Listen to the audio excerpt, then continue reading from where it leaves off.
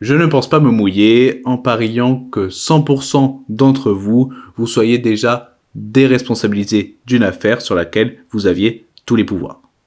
Alors peut-être que certains me diront, non, moi j'ai toujours assumé les responsabilités qui m'ont été incombées, non, moi j'ai toujours été droit, honnête, courageux, ok, peu importe, mais je pense qu'il y a aussi des processus inconscients et qu'on peut aussi vivre dans le déni. Alors pour appuyer cette assertion, je vais multiplier les exemples et ce multiple il sera de 3. Le premier, il se passe il y a fort longtemps pour la plupart d'entre nous. Il se passe à l'école primaire. À l'école primaire, dans cette école primaire, on joue aux billes. Moi j'ai mes billes, Timéo n'en a pas. Timéo va me demander que je lui en prête. Moi j'ai pas envie. Moi j'ai pas envie parce que j'ai envie d'avoir toutes mes billes et je les aime bien mes billes. Je les prête pas. Et pour éviter de paraître désagréable, je vais me déresponsabiliser en disant je peux pas te les prêter parce que ma mère ne veut pas.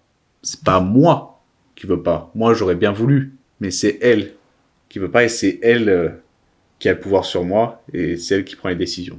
Ça vous permet d'éviter de vous impliquer personnellement. Par exemple, si vous dites non, j'ai pas envie, Timo va peut-être dire hey, pourquoi tu veux pas? On va se battre.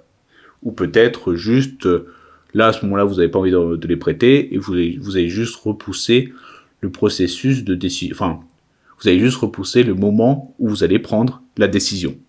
Par exemple, vous allez dire ouais, ok, faudrait que je demande à ma mère parce que de prime abord, bon, je sais pas si on dit prime abord à l'école primaire, mais de prime abord, ma mère n'est pas trop pour que je prête mes billes.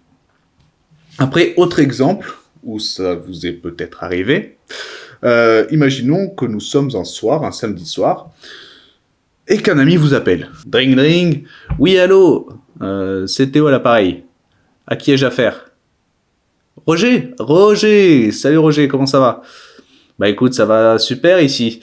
Tu voulais me dire? Ok. Ah, ce soir, faut que je joue avec Nelly parce que c'est elle, qui a, qui s'occupe de l'organisation. Je peux pas te dire, faut que je lui demande, je te rappelle. J'ai vraiment pas envie d'y aller. Hein. À ce dîner, il me propose un dîner, Roger. Hein, qu'est-ce que je peux lui dire? Bah ouais, je vais dire que Nelly, elle a prévu un gala, un truc comme ça. Ouais. Oui, Roger, c'est Théo. Bah finalement ce soir, je crois que ce sera pas possible parce que Nelly a prévu autre chose. Ouais, bah moi tu sais, je fais à l'improviste, hein, c'est elle qui gère les trucs. Bon, merci de l'invite. Allez, on se fait ça une prochaine. Allez, ciao. Voilà, tout simplement des cas comme ça. Ou encore dans des cas un peu plus professionnels. Imaginons, vous êtes directeur de bar, pas patron, directeur du bar, vous gérez le bar. Et qu'il y a un vendeur de boissons qui vient vous démarcher. Vous avez le pouvoir d'acheter les boissons. Bon, il vous fait les dégustations, il vous explique les caractéristiques, il vous dit que c'est trendy, le prix, les modalités de livraison, tout ça, bon, bref. Et à la fin, il vous dit, bon, vous les prenez ou pas? Alors vous avez peut-être besoin d'un petit moment pour réfléchir. Ou, tout simplement, vous en voulez pas, mais vous voulez pas paraître antipathique. Alors vous dites, alors oui, c'est fort intéressant, malheureusement, c'est pas moi qui prends les décisions, et je sais pas si on va accueillir de nouveaux fournisseurs. On a déjà les nôtres, et je suis pas sûr que le patron veuille en prendre de nouveaux. Je vous tiens au courant. C'est pas moi, c'est le patron. C'est pas moi, c'est mon chef. On délègue la responsabilité. Hop. Un peu, bon, ça fait un peu bureaucratie, hein. C'est pas moi, c'est lui, il faut aller voir lui. Oui, non, c'est pas moi qui s'occupe de ça. Ah, c'est pas moi qui ai pris la décision. Moi, j'ai juste dit qu'on allait sauver les bébés phoques. Voilà, bon, c'est à ça que ça sert, à se rejeter la faute. Et à noyer le poisson. Mais alors, comment elle s'appelle cette technique? Cette technique, elle s'appelle la technique de la défausse. Et elle consiste à se défausser de sa responsabilité sur l'un des points de la négociation en indiquant à l'autre partie que l'accord nécessite une validation d'une autre personne, généralement le supérieur hiérarchique. Et ça y compris qu'on ait un mandat ou pas, c'est-à-dire qu'on puisse prendre la décision ou pas, qu'on ait les moyens ou pas, qu'on ait le pouvoir ou pas. Alors cette technique peut être utilisée dans 3 cas précis. Le premier cas, c'est quand on veut rallonger le temps de négociation. Alors pour multiples raisons, peut-être qu'on veut réétudier les propositions, peut-être qu'on a eu d'autres propositions, du coup on veut mettre en attente et qu'on veut laisser en suspens celle-ci sans paraître suspicieux. Ou encore quand on sent que l'autre est pressé de finir. L'empressement est un péché capital de la négociation. Ça, on le verra plus tard. D'ailleurs, abonnez-vous. Il y aura une vidéo bientôt là-dessus sur les péchés capitaux de la négociation. Il faut jamais être pressé. Jamais être pressé. On risque de faire des concessions vite. Par exemple, imaginons je vends des couvertures et je dis pour ce nouveau prix d'achat, oui, va falloir que je voie avec mon patron. Et celui l'acheteur, il se dit non, moi j'en ai besoin maintenant, tout ça. Bon, ok, je vous l'ai fait 10% cher. Et là, vous dites, ok, là, je peux signer, parce que c'était d'accord avec mon patron. Alors que si ça aurait été moins cher, il fallait que je revoie avec mon patron, procédure, tout ça. On se réfugie derrière des procédures internes pour avoir plus de temps et pour mettre la pression à l'autre. Deuxième cas de figure où c'est intéressant d'utiliser, c'est pour éviter d'être impliqué personnellement, comme on l'a vu pour les billes. Imaginons, c'est un peu du good, c'est un peu le Joker de la défausse, c'est un peu le bad cop, comme on a vu dans la vidéo Good Cop, Bad Cop. Très intéressante, d'ailleurs. Et on se dit, moi je suis gentil, je veux faire les choses bien avec toi, je suis conciliant, je suis sympathique, mais c'est lui qui veut pas, c'est lui le méchant dans l'affaire. Et sans lui, je peux pas prendre la décision. On rejette la faute. Et troisième cas de figure, c'est que ça permet de revenir sur un point sur lequel on s'est engagé précédemment. Imaginons, on n'est pas d'accord avec les concessions qu'on a fait précédemment dans la négociation. Imaginons, toujours je vends des couvertures, et j'avais décidé que oui, je les livrais sous une semaine. Alors qu'en fait, finalement, il me faudrait des plus 2. Et je vais dire, ouais, mais en fait, c'est le patron, il a mal jugé, tout ça, je suis obligé de dire 2 semaines, tout ça, revenir sur des points et dire, c'est pas moi, c'est lui, on est obligé de le faire parce que si on le fait pas, il va falloir trouver d'autres points. Ou encore avec les billes. Hein.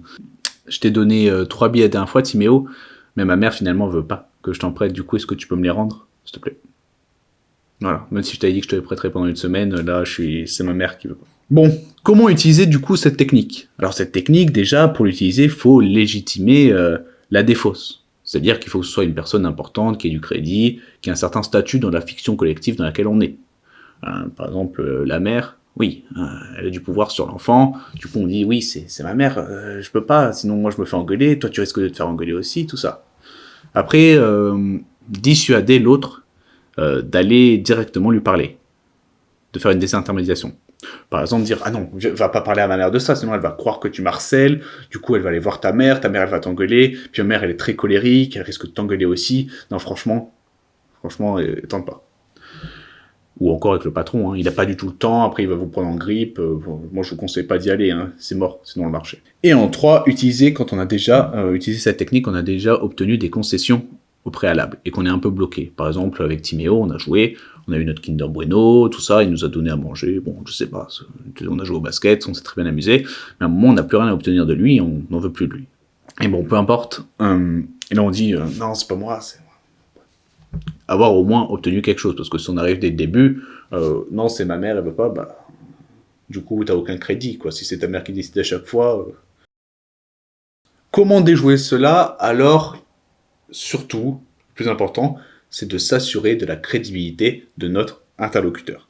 C'est-à-dire que s'assurer qu'il puisse signer, qu'il est décisionnaire. Par exemple, en disant, ok, vous pouvez pas, est-ce que vous êtes capable de signer le contrat aujourd'hui? Ou encore, au moins, si c'est pas possible de le signer aujourd'hui, je peux comprendre, est-ce que c'est possible de le pré-remplir? Histoire vu qu'on est à peu près d'accord, ça s'assure de l'importance de celui qu'on a en face. Et du mandat qu'il a. Puis après, s'il bluffe et qu'il dit non, bah c'est juste pour sa crédibilité à lui et son image. Et distinguer l'individu du groupe. Par exemple, vous négociez avec un chef de projet, peut-être qu'il va vous dire « je peux pas signer sans l'aval du groupe », mais vous pouvez au moins lui demander « d'accord, mais est-ce que vous pouvez au moins donner votre support et votre accord oral ?» Parce que s'il ne le donne pas, généralement, le chef de projet, s'il ne le donne pas, le groupe ne va pas suivre. Mais s'il le donne, il y a beaucoup de chances que le contrat soit acté. Après, il y a d'autres techniques de déstabilisation. La défausse en est une. La technique du good cop, bad cop en est une autre. Et la technique du coiffeur une autre aussi. Et je vous conseille, pour bien évidemment pouvoir les déjouer et savoir les déjouer, d'aller regarder ces vidéos. Et après, peut-être que vous pourrez aussi, dans certains cas de figure, les utiliser.